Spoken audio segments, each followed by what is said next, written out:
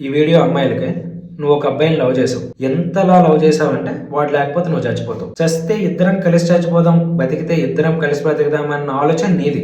కానీ వాడికి ఆ థాట్ లేదు. వాడు ఒక పెద్ద వేస్ట్ గాడు, ఒక పెద్ద చీటర్. ఆ విషయం నీకు తెలుసు. ఒసే బాబు, నువ్వు నన్ను వదిలే, నేను నిన్ను పెళ్లి చేసుకుని ఇంకో దాంతో తిరుగుతాను వాడికి చెప్తున్నా. లేదు లేదు, నాకు నువ్వే కావాలరా అని మరి పెళ్లి చేసుకుంటారు చూడు. మీలాంటి వాళ్ళకి చెప్తున్నా, మీ జీవితం మొక్క ఉడిసిపోద్ది. సీరియస్గానే.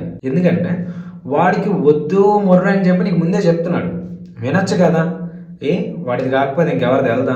సారీ, నువ్వు నన్ను తప్పుగా చూసినా పర్లా, కాకపోతే ఈ నిజాన్ని నువ్వు తెలుసుకో. ఒకడు వద్దు అనుకున్నా కూడా నువ్వు బ్లాక్మెయిల్ చేసో బెదిరించో పెళ్లి చేసుకున్నావా అనుకో, రేపు పెళ్ళయ్యాక కష్టాలే పడతావు. నువ్వేమనుకుంటున్నావు? ప్రేమలో ఉండేటప్పుడు మంచిగా మాట్లాడాడు, నన్ను మంచిగా బయటికి తీసుకెళ్ళాడు, అలానే ఉంటాడు అనుకుంటున్నావా? దూరం తీర్చేస్తాడు. అర్థమవుతుందా?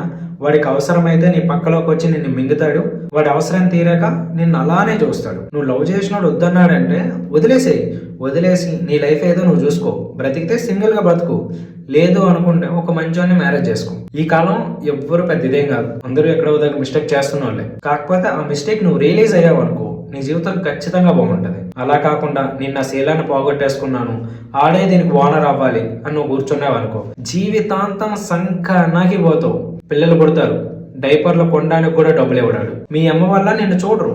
ఎందుకంటే నువ్వు ఎక్కి మరి పెళ్లి చేసుకున్నావు కదా. అలాంటి వాడిని ఎందుకు చూస్తారు? చూడరు.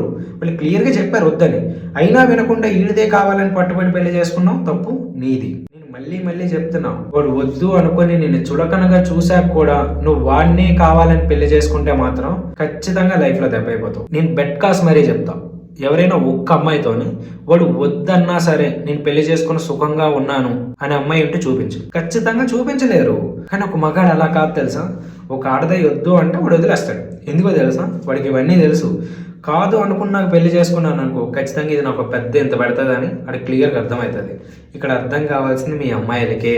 నాకు ఓనర్ ఆడే, నాకు ఆడే కావాలని పెళ్లి చేసుకుంటే మాత్రం సంకనాగిపోతావు. నేనేం మిమ్మల్ని భయపెట్టట్లేదమ్మా, నువ్వు అలా అనుకుంటే నేనేం చేయలేను. నీ మంచిగా చెప్తున్నాను. వాడు వద్దు అనుకుంటే వదిలేసాయి. లేదు నా కోపం తీరట్లేదు, నేనైతే వాడిని వదలను అని నువ్వు అనుకుంటే వాడి మీద కంప్లైంట్ ఫైల్ చేయి. వాడికి జీవితమే లేకుండా చేసేయి, పర్వాలేదు. కానీ పెళ్లి మాత్రం చేసుకోవద్దు. సీరియస్గానే చెప్తున్నాను, సుఖంగా అయితే ఉండలేవు. ఈ మ్యాటర్ మీద మీ ఒపీనియన్ ఏంటో కామెంట్ చేయండి.